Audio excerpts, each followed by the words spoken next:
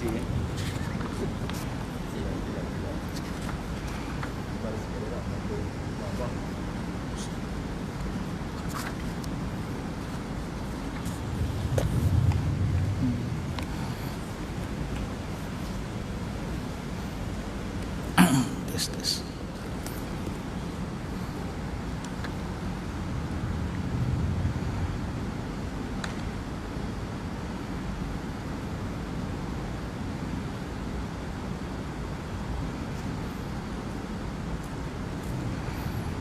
Masya Allah.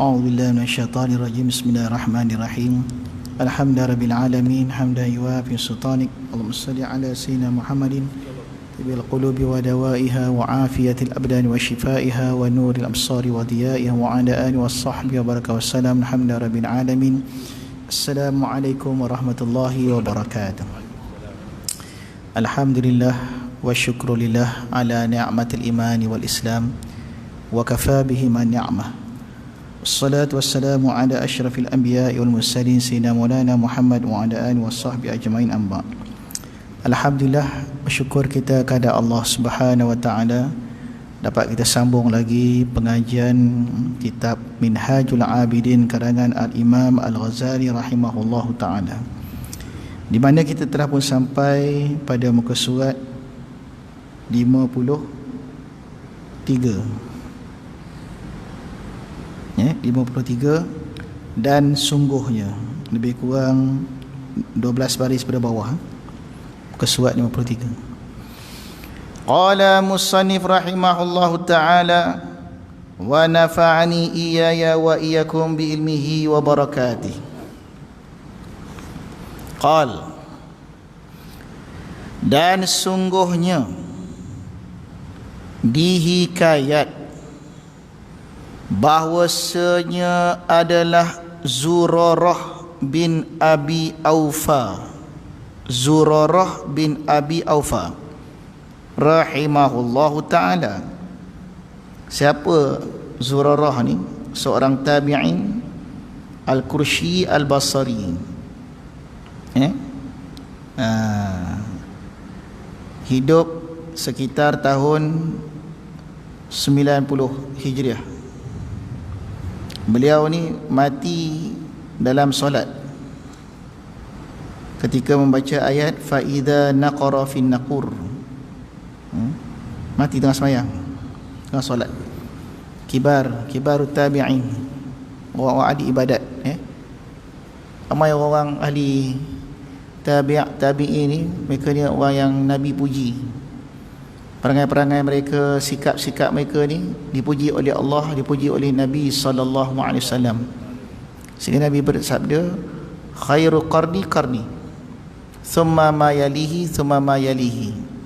Sebaik-baik kurun ialah kurunku, kemudian kurun sesudah itu, kemudian kurun sesudah itu. Maknanya, maksud Nabi memuji kurun untuk satu kurun 100 tahun. Artinya orang-orang yang hidup dalam 300 tahun daripada nubuwah, the best humankind, orang yang terbaik yang pernah Allah jadikan di muka bumi, terbaik. Tak ada yang lebih baik daripada mereka tu yang pernah Allah ciptakan dekat muka bumi ni. Allah sebagai umat Muhammad sallallahu alaihi wasallam. Maka salah seorang dia ialah Abi Zurarah ni, Zurarah bin Abi Aufa. Jadi kadang-kadang orang tanya, kenapa dalam kitab tasawuf ni banyak sebut nama-nama orang yang kita tak kenal? Siapa dia orang ni? Mereka adalah tabi'in, mereka adalah sahabat, mereka adalah tabi'in, orang yang Allah jadikan mereka ni sebagai Contoh, kehidupan mereka, makan minum mereka, tidur mereka tu Allah dan Rasul. Sebab tu kita kena dengar apa mereka cakap, ya? Maka dia kata apa? Hatta Imam Ghazali sendiri pun menakalkan katanya ni. Dia kata orang baginya di dalam tidur, kila lahu fin naumi, dalam tidur maknanya dalam mimpi. Maksud tidurnya, orang mimpi berjumpa dengan Zurarah ni. Mimpi boleh buat dalil ke ustaz? Mimpi memang tak boleh buat dalil, tapi mimpi orang soleh tu benar. Ada mimpi ni ada 3. Mimpi yang benar, ya. Mimpi daripada syaitan, mimpi tak basuh kaki. mimpi mainan tidur. Jadi selepas wahyu tak ada lagi, lepas Rasulullah tak ada wahyu, yang ada mimpi.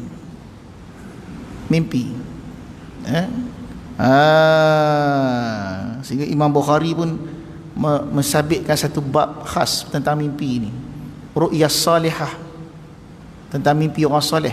Juz'un min sittin wa arba'ina juz'an minan nubuwah. Mimpi orang soleh ni satu juzuk daripada 46 juzuk kenabian. Mimpi orang soleh, satu mimpi yang benar, mimpi yang soleh, mimpi orang benar ni, yang benar ni satu bahagian daripada 46 kenabian. Rawahul Bukhari. Kalau begitu, bolehlah kita buat panduan. Dalil tak boleh, panduan boleh. Maka dijumpai orang lah akan Tuan Syekh ni dalam mimpi ni, mimpi orang soleh ni. Maka Imam Ghazali sebut dalam kitab ni, apa yang berlaku dalam mimpi itu. Ditanyalah orang baginya dalam tidur, maknanya dalam mimpi, kemudian daripada matinya, apa amal yang terlebih sampai pada kamu? Apa amalan yang banyak-banyak kau beramal kat dunia ni? Orang tanya dia. Sembahyang tahajud ke? Puasa ke? Zakat ke? Pahala yang paling banyak yang menyokong, yang sampai pada engkau sudah mati ni apa dia? Katanya 2 perkara. Ar-ridha wa qasrul amal. Redha dengan takdir Allah, singkat cita-cita.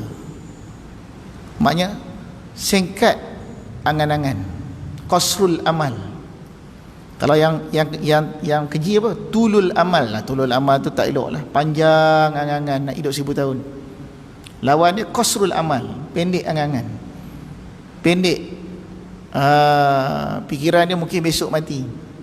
Jadi tak payahlah nak berangan sangat, tak payahlah berangan sangat dunia ni, tantah besok mati. Inilah 2 amal, kata Az-Zurarah, yang banyak memberi kesan setelah kehidupan dia mati. Kehidupan setelah dia mati, kehidupan akhirat, yang banyak bantu dia 2 perkara ni. Redha dengan takdir Allah, sentiasa redha, tak pernah komplain apa Allah takdir. Rumah kecil ke, rumah besar ke, anak ada ke, anak tak ada ke, mak marah tak marah, tak ada, redha semua. Yang kedua, singkat angan-angan. Maka telik olehmu, katanya, kata Imam Ghazali ni, bagi dirimu. Imam Ghazali kata, cuba kau tengok ni kau, hai saudaraku, dan bersungguh-sungguhlah ijtihad pada ini pekerjaan yang amat besar. Pekerjaan apa ni? Qasrul amal, pendekkan angan-anganmu. Jangan biar dia melayang lebih 1000 tahun. Pandang-pandanglah kejadian kiri kanan berapa ramai orang dah mati. Mungkin harimu dah tak lama lagi amat banyak. Maka bahawasanya ialah yang dicita-cita, lagi yang amat besar pada nak membaikkan hati dan nafsu. Maknanya ni dah sampai penghujung bab tulul amal. Kita sedang membicarakan bab hati, qalb, penyakit hati yang menyebabkan orang boleh jatuh dalam dunia ni. Tulul amal, merasa hidup ni panjang. Bila dia rasa hidup dia lama, maka dia akan tunda amal. Esok ada lagi Minggu depan ada lagi, pencen besok lah. Oh. Tunda. Ditunda amal, tunda pengajian.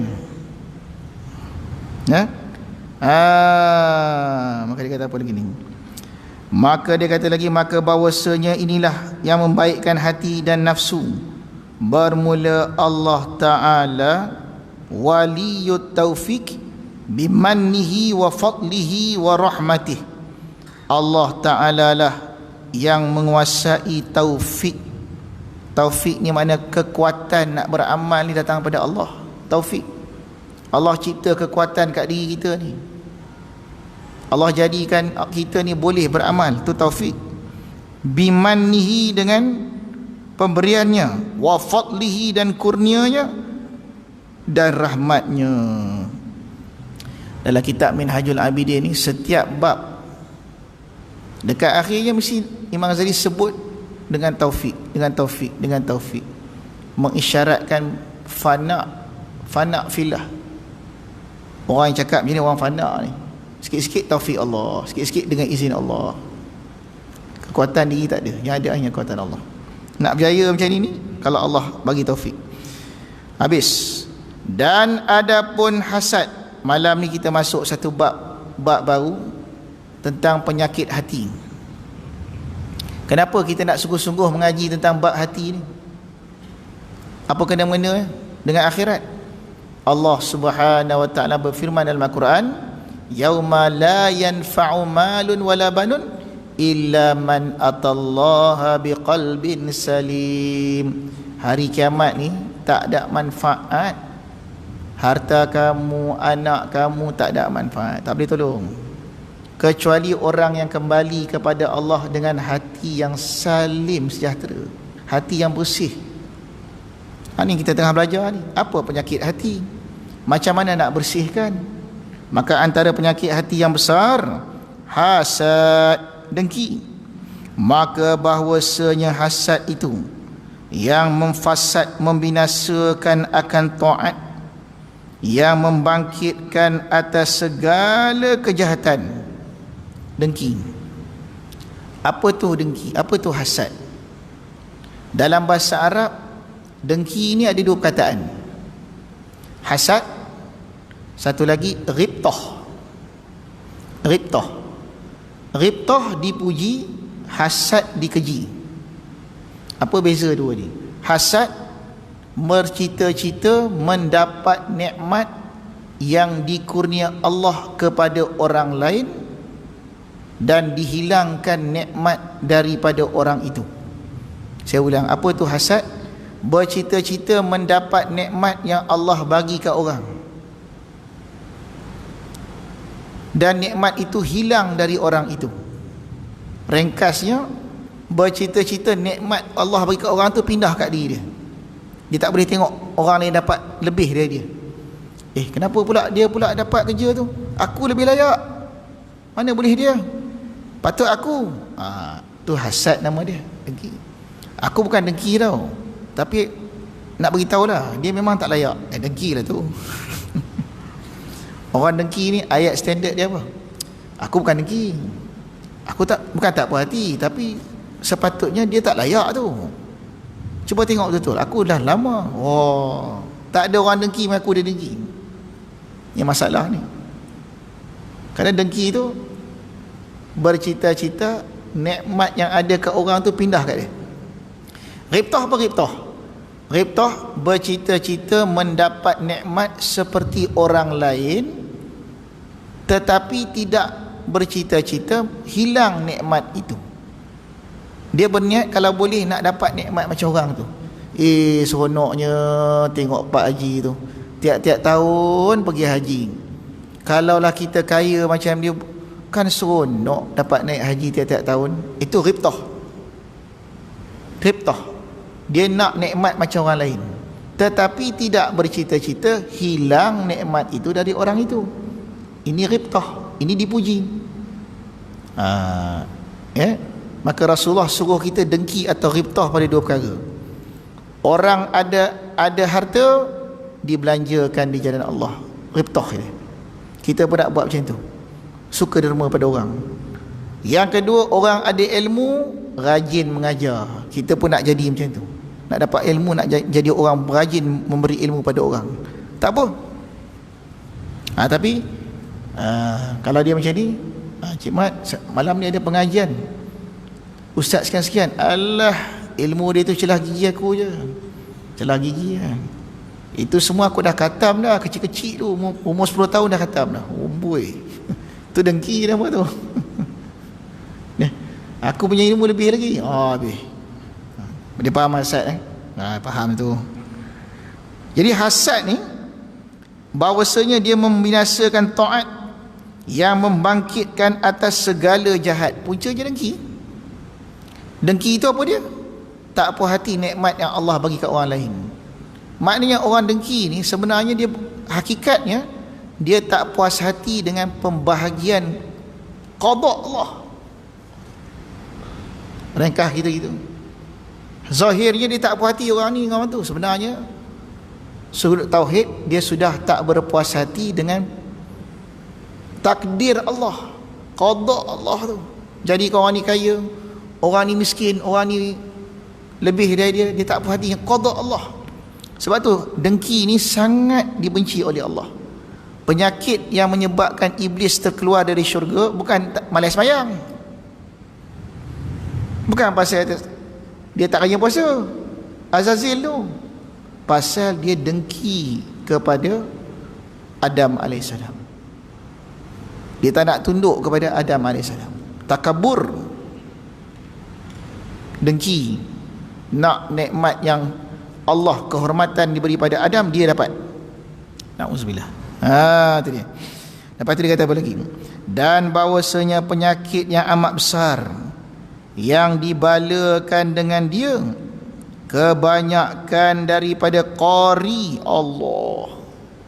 Penyakit yang paling banyak kena siapa? Orang pembaca Quran yang suara dia sedap. Kita suara tak sedap, tak ada lagi. Suka orang suara dia sama qari sama qari.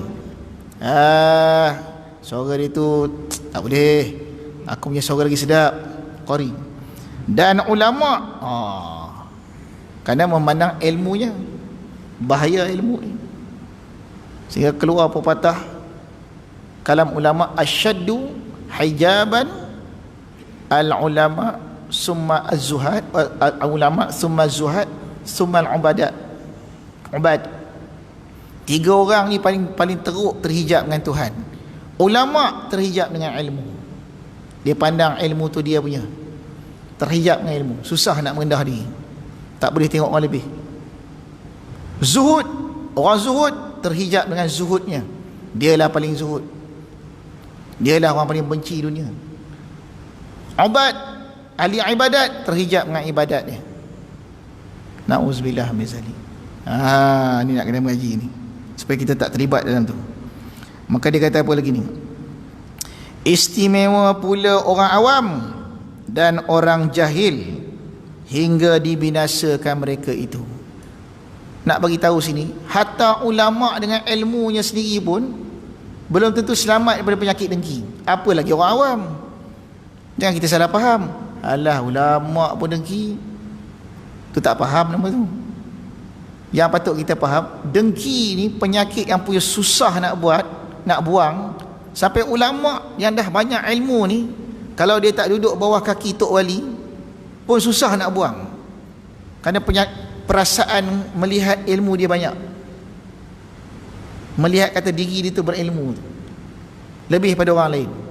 Maka Allah turunkan ayat, fauqa dhi ilmin alimun wa fauqa dhi ilmin alimun. Di atas orang alim ni ada orang alim lagi. Siapa-siapa ada alim lagi, maknanya sampai pada Allah, pada alim. Orang alim kalau tak meresap ayat subhanaka la ilma lana illa ma 'allamtana innaka antal alimul hakim, maha suci engkau, tak ada ilmu bagi kami melainkan apa yang kau ajar, belum nama orang berilmu, belum selamat daripada dengki. Dia mesti datang punya. Habis orang awam dengki apa pula Ustaz? Orang awam orang meniaga dengki dengan orang meniaga. Tengok kedai sebelah maju sikit nasi lemak dia kan, tak boleh jadi ni. Nasi lemak aku baru 2 bungkus, dia dah 10 bungkus. Besok hantar. Selagi laku bomo. Sampai nasi lemak dia tak laku. Punya teruk. Orang pejabat dengan orang pejabat dengki. Orang bercucuk tanam dengan orang cucuk tanam. Macam itulah. Sampai tak sudah dengki ni. Hingga dibinasakan mereka itu dan mendatangkan mereka itu ke neraka. Penyakit punca dengki tadi sampai bawa ke neraka. Tiadakah engkau dengar sabda Nabi sallallahu alaihi wasallam, 6 orang masuk mereka itu akan neraka dengan sebab 6 sebab. Nabi kata ada 6 jenis orang ni masuk neraka dengan 6 sebab. Tiap-tiap seorang satu sebab. 6 jenis golongan ni akan masuk neraka dengan 6 sebab. Tiap seorang satu. Apa dia 6 itu? Maka disebut dalam kitab ni. 6 itu yang pertama orang Arab dengan asabiahnya, yakni kerana asabahnya. Arab dia perasan kan hebat keturunan dia tu. Aku Arab tau. Nabi mulia kerana dia Arab. Dia rasa dia hebat dah. Dia faham Quran lebih kita. Tapi yang banyak paling teruk perangai pun Arab juga. Cuma kita tak boleh kutuk Arab ni, kerana Nabi kita orang Arab. Tak boleh kita kata aku tak suka tengok semua orang Arab. Jaga-jaga salah seorang orang Arab ialah Nabi sallallahu alaihi wasallam. Tak boleh. Tapi itulah penyakit orang Arab. Asabiah dia tu kuat sangat, taksub dengan bangsa dia tu. Dan raja binasa dengan sebab apa? Dengan sebab zalim dia, ambil hak orang, harta orang, bini orang, semua dia angkut ni, sebab merasa diri sudah ada kuasa. Dan kepala orang ni maknanya ketua, bukan kepala tu, ketua, dengan takabur, pangkat, rosak dengan sebab pangkat. Saudagar, peniaga, rosak dengan sebab khianat. Saudagar ni kontraktor, peniaga-peniaga pekan, susah di kontraktor ni. Nak jadi jujur, tak tipu orang, susah. Songlap sana, songlap sini, tipu besi situ sini, tipu payment, masuk sana, masuk sini. Saudagar. Sebab tu at-tajir as-sadiq, orang meniaga yang benar, seperti orang berjihad fi sabilillah. Orang yang berniaga yang benar, kata dalam kitab Sahih Salikin dalam sebuah hadis, sama tahap dia tu macam orang tengah berjihad di perang. Tak berjihad, kiri kanan semua solat duit, awak nak jujur, awak tak terima rasuah, awak tak nak bagi rasuah, biar projek tak dapat, aku tetap tak makan rasuah. Senang ke? Susah. Macam berjuang. Jadi saudagar ni binasa dengan sebab hilang kejujuran, khianat. Orang meniaga. Dan ahli rasatik. Orang rasatik ni orang ulu. Rasatik orang duduk kat kampung ulu, orang badui, orang kampung asli, orang duduk kampung Feldah, yang dulu-dulu dah, sekarang kurang dah. Yakni orang yang hitam dengan jahil. Orang hitam ni mana orang ulu. Rosak sebab apa? Sebab kejahilan. Macam kat tengah-tengah hutan Sabah tu, kawan saya duduk Sabah, bulan puasa ni, buka puasa pukul 6. Orang buka puasa pukul 7 pukul 6 kat lah. Raya kot dan time tuak tak kira. Ni rosak dengan sebab jahil. Dan ulama rosak dengan sebab apa? Rosak dengan sebab hasad dengki. Tak boleh tengok ada orang alim daripada dia, dengan sebab ilmu dia tu dia rosak. Inilah 6 jenis manusia dengan 6 jenis kerosakan. Allahu Akbar. Tak lepas. Bangsa Arab dengan bangsanya, raja dengan zalimnya, hak orang merampas, ketua jadi ketua dengan sebab pangkat takaburnya, orang meniaga dengan khianat, orang kampung hulu dengan kejahilan, ulama dengan kedengki hati. Na'udzubillah, minta berlindung kita. Dan apa bala yang sampai kalamnya hingga mendatang akan ulama akan neraka. Allah Allah, kata dia, apalah bala ini, kata Imam Ghazali, sampai kalam Nabi ni, sampai menyebut ulama masuk neraka. Na'udzubillah. Selalunya kita dengar kalam Nabi ni memuji ulama, warathatul ulama warathatul anbiya, para ulama ni waris Nabi, kekasih Allah. Tapi dalam hadis ni Nabi menyebutkan ulama masuk neraka sebab dengki. Na'udzubillah. Jaga-jaga dengan ilmu. Bawa peliharakanlah daripadanya. Minta-minta Allah peliharalah, jangan sampai ada penyakit ni. Dan diketahui olehmu bahawasanya hasad itu membangkitkan 5 perkara. Dia ada beberapa penyakit dalam hati ni, dia jadi ibu segala maksiat. Antara dia hasad, antara dia takabur, antara dia ujub. Sebab tu ulama-ulama sufi sangat memberatkan pembersihan hati lebih daripada pembersihan maksiat zahir. Kerana maksiat zahir itu hampir 90% puncanya daripada maksiat batin. Batin dulu. Kerana batin tak settle, batin tak selesai, muncul maksiat-maksiat pada anggota tubuh. Ya. Contoh kata dia. Maka kata dia apa?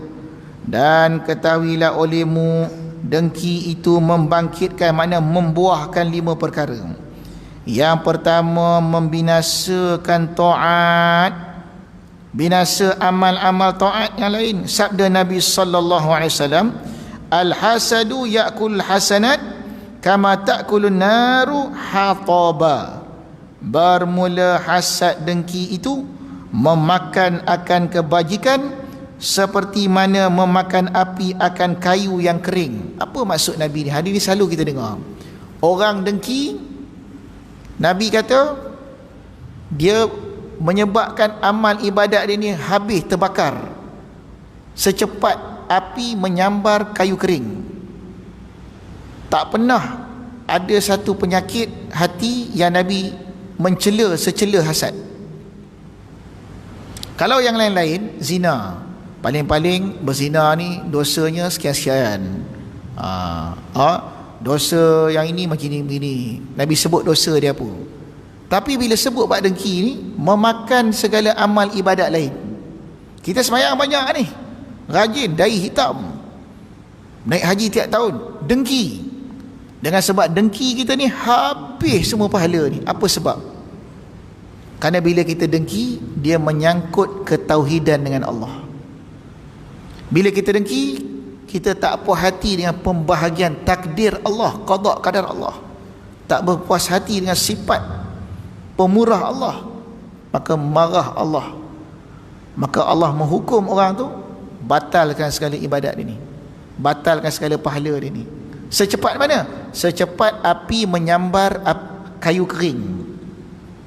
Digambarkan oleh Rasulullah. Secepat mana? Macam kayu kering, buah api, zup, habis semua. Faham tuan-tuan? Hati-hati dengki ni. Tu, Lepas tu dia kata apa lagi? Dan yang kedua, apa jadi bila orang dengki? Mengerjakan maasi, maksiat dan kejahatan atas barang yang dikatakan oleh Wahab bin Munabbih rahimahullahu ta'ala. Bagi orang yang hasad itu ada 3 alamat, 3 tanda orang dengki ni. Yang pertama, menyatakan kasih apabila melihat dan diumpatnya apabila gaib.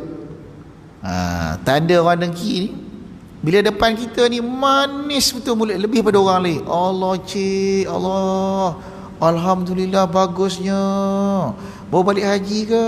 Oh, Masya Allah. Dia puji kita lah, muka bercahaya-cahaya, tak pernah tengok muka macam ni. Balik rumah menyampah aku tengok muka dia tu, perasan tak habis-habis. Pak Haji bakhil. Dia komplain kita. Orang dengki ni, tapi taklah semua kan. Orang yang puji kita terlebih tu jaga sikit. Siapa kata ni? Wahab bin Munabbih. Tanda dia menonjolkan kasih bila berdepan, mengumpat bila di belakang. Tu tanda orang dengki. Kita jangan syok pula orang puji kita. Hati-hati orang yang banyak puji ni, takut di belakang banyak keji. Lebih baik orang yang biasa-biasa kat depan kita. Puji pun tidak, keji pun tidak, sekadar aja. Alhamdulillah, rezeki tuan dapat ya, naik pangkat. Alhamdulillah, mudah-mudahan berjayalah. Kalau puji, oh naik pangkat lah, belanja makan lah, wah hebat lah, oh dia up gitu. Balik rumah, dia bukan layak tu. Muka macam dia memang jolok duit tu yang dia naik tu. Wah, dia umpat. Hati-hati tuan. Siapa yang kata ni? Wahab bin Munabbih. Dan suka dengan kedatangan bala apabila turun.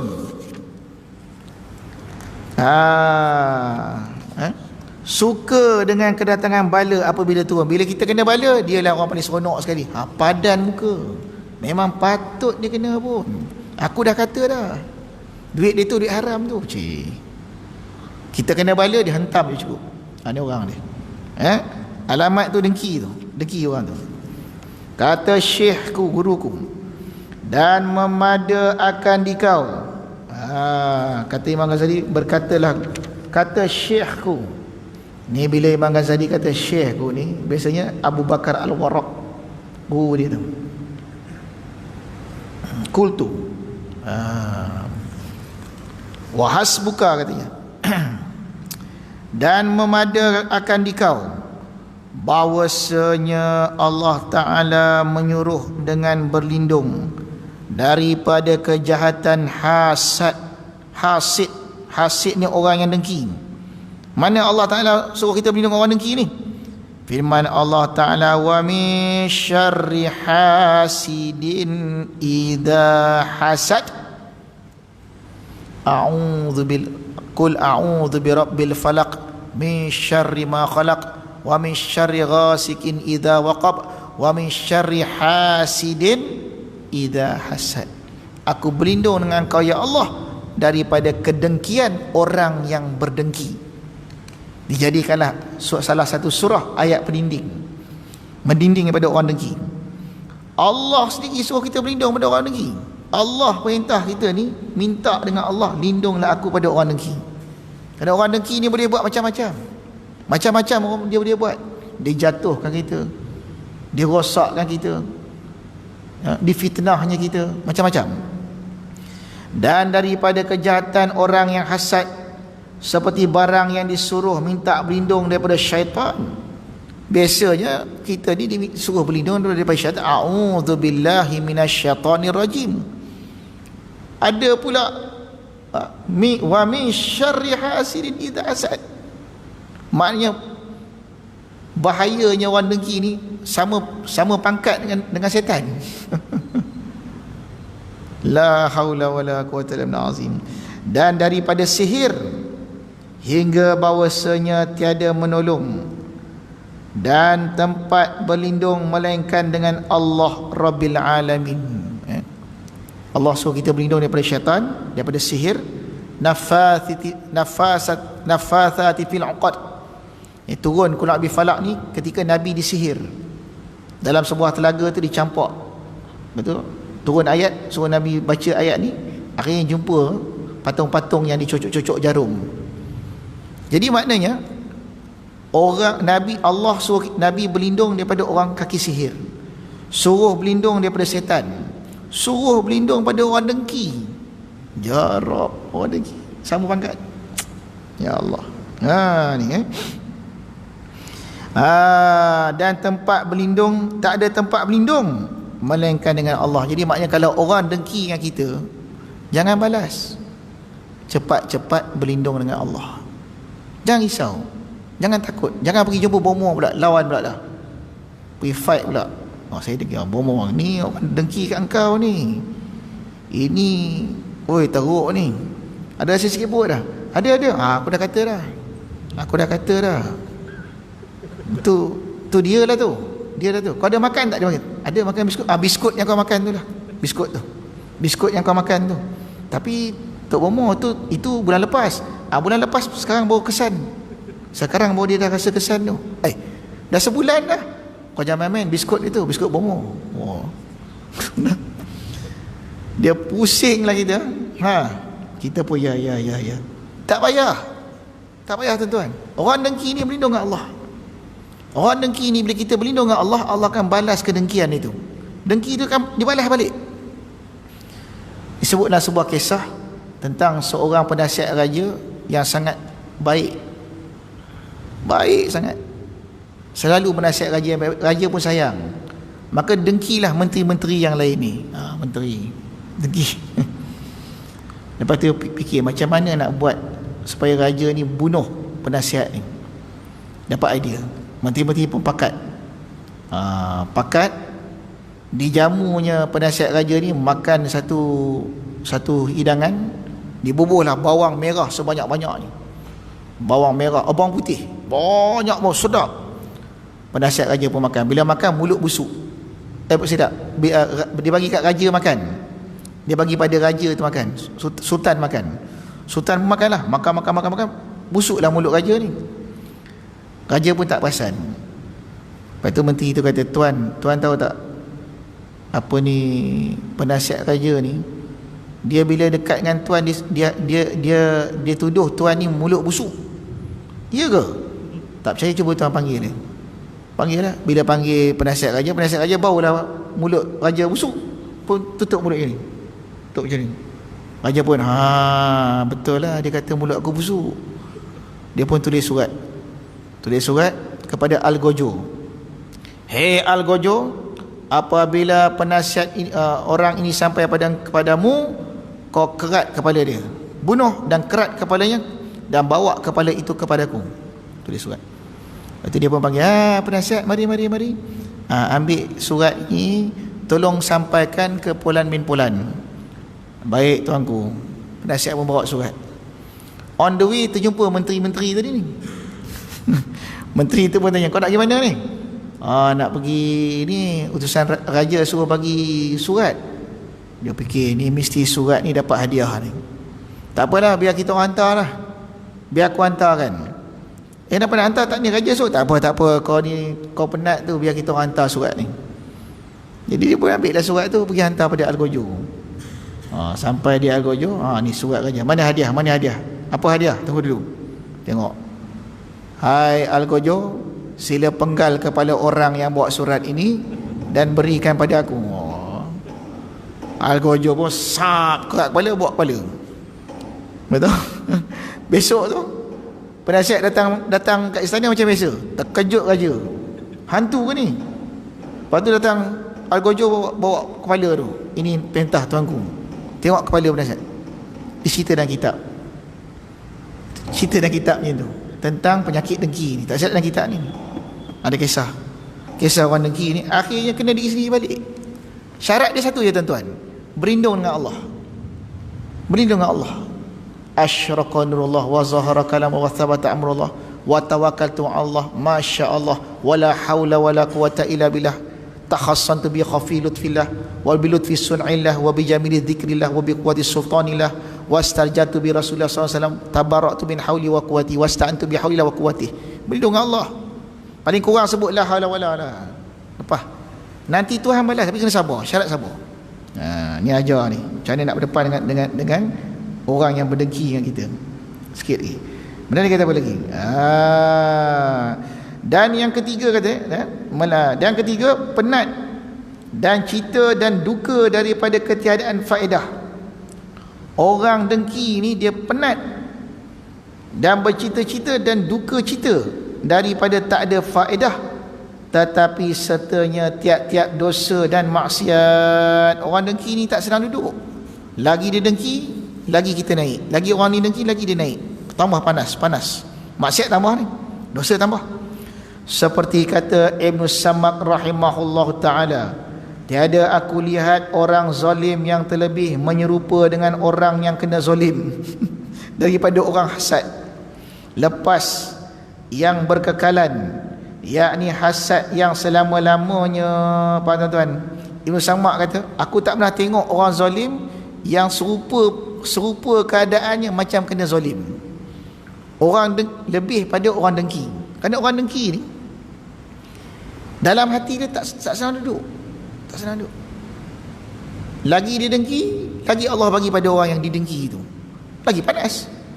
Lagi dia buat, lagi Allah bagi. Lagi sakit hati. Sakit hati. Oh. Kenapa macam tu tuan-tuan? Kenapa orang yang kena dengki ni makin naik kalau dia sabar? Cuba tuan-tuan tengok pokok bunga lah tuan-tuan. Pokok bunga ni kalau kita tanam, kalau nak cepat berbunga dan berbuah, apa kita buat tuan-tuan? Kita bubuh baja. Baja buat pada apa?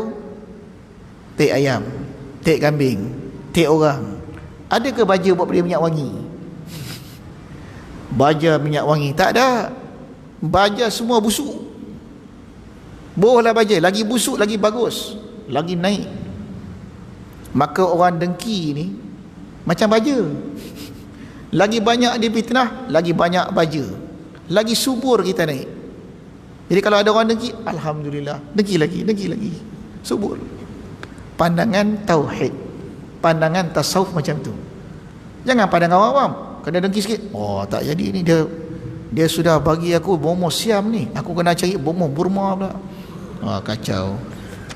Tak boleh. Dia berlawan pula dah. Dan yang keempat, buta mata hati. Lepas ni ya, tak ada orang zalim tapi macam orang kena zalim, maknanya hatinya tak sedang. Dan akal yang apa tu, ayut seperti orang gila, hanyut.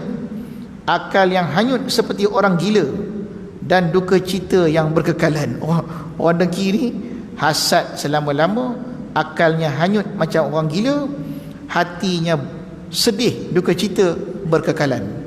Selagi dia nampak sakit hati, lagi dia Allah bagi dia. Yang keempat, buta mata hati. Orang dengki ni hatinya buta hingga tiada hampir memfaham satu hukum daripada ahkamillahi ta'ala. Dia tak faham, tak nampak hikmah hukum Allah. Hikmat hukum ni dua, hukum dengan mana hikmah, kebijaksanaan Allah dia tak nampak dah. Sebab dengki, dia tak boleh nampak. Dia takkan dikurniakan mata hati, sebab dia duk nampak orang tu.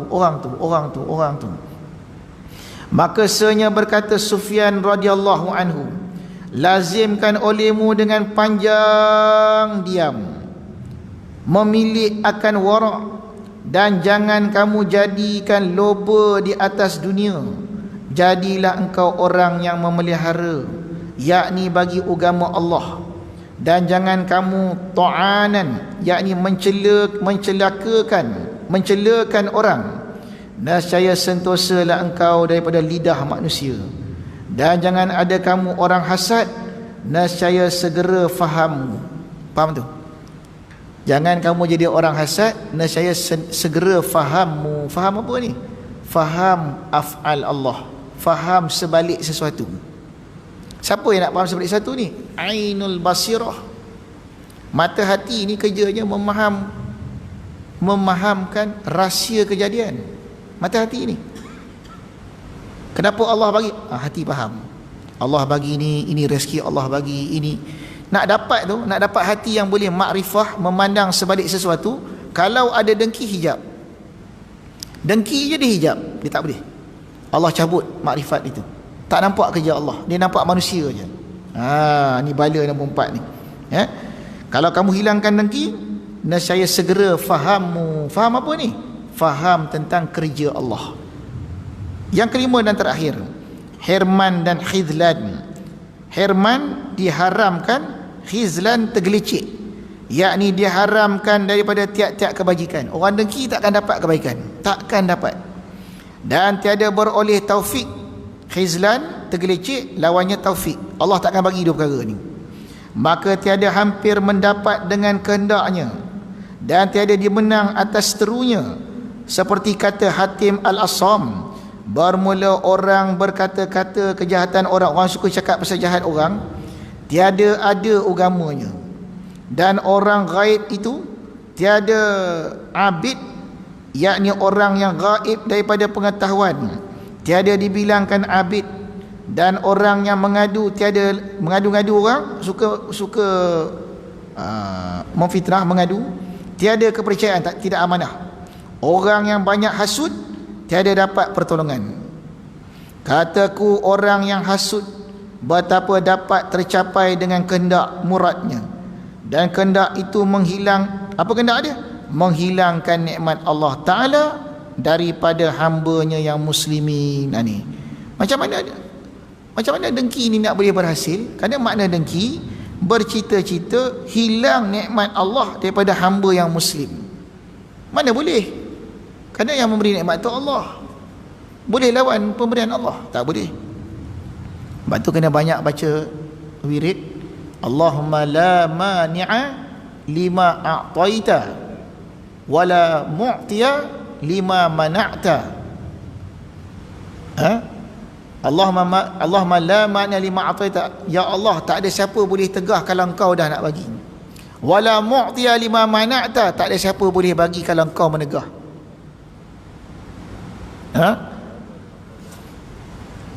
Innakal jad wa minkal jad. Engkau lah yang baik, segala kebaikan daripada engkau. Wa minkal jad. Tu, baca tu. Kemudian kata apa lagi? Kata, dan terlebih elok kata dan betapa ditolong atas seterunya, dan mereka itu muslimun. Takkan Allah nak tolong orang yang mendengki dengan orang Islam? Takkan Allah nak tolong pula? Dan mereka itu muslimun, hamba Allah yang mukminun. Dan terlebih elok kata Abu Ya'qub pada barang dibacanya, hai Tuhanku, sabarkan kami atas menyempurnakan nikmat atas segala hambamu, dan baik kelakuan mereka itu. Wallahu a'lam. Mudah-mudahan bermanfaat apa yang telah kita baca ni. Sikit lagi lah, 3 ayat ni. Dan ketahui olehmu bahwasanya penyakit yakni hasad itu membinasakan atasmu taat, dan membanyakkan atasmu syirik dan maksiatmu, dan menegah daripadamu kesenangan diri, dan menegahkan faham hati, dan petolong yang dimenang atas teru, dan dapat dengan yang dituntut. Semua habis. Maka apa penyakit yang ada sakit daripadanya, apa penyakit lebih teruk pada ini, maka lazimkan olehmu dengan mengubatkan dirimu daripada demikian itu. Wallahu waliyut taufiq. Dan ada pun istijal, barulah masuk bab lain. Tamat sudah kita bahas secara ringkas apa itu hasad, bahaya hasad, 5 buah daripada hasad, dan betapa penting kita mengubat hati kita kalau ada penyakit hasad. Antara ubat paling ampuh untuk mengubat hasad ni, memandang tauhid, memandang qada dan qadar Allah. Pemberian tu siapa bagi? Bolehkah dia dapat kalau Allah tak bagi? Dan memandang nikmat yang Tuhan bagi kat kita, ada lebih kat orang tu, ada kurang dia. Ada kurang kat kita, ada lebih Allah bagi, supaya hilang penyakit hasad itu. Wallahu a'lam. A'udzubillahi minasyaitonirrajim. Bismillahirrahmanirrahim. Alhamdulillahirabbil alamin, hamdan yuwafi sultanik bil ilmi qulubana asta'mil asrarana wa ashhadu bi ni'tibari afkarana. Wa sallallahu ala sayyidina Muhammadin wa ala alihi wa sahbihi wa baraka wa sallam. Walhamdulillahi rabbil alamin.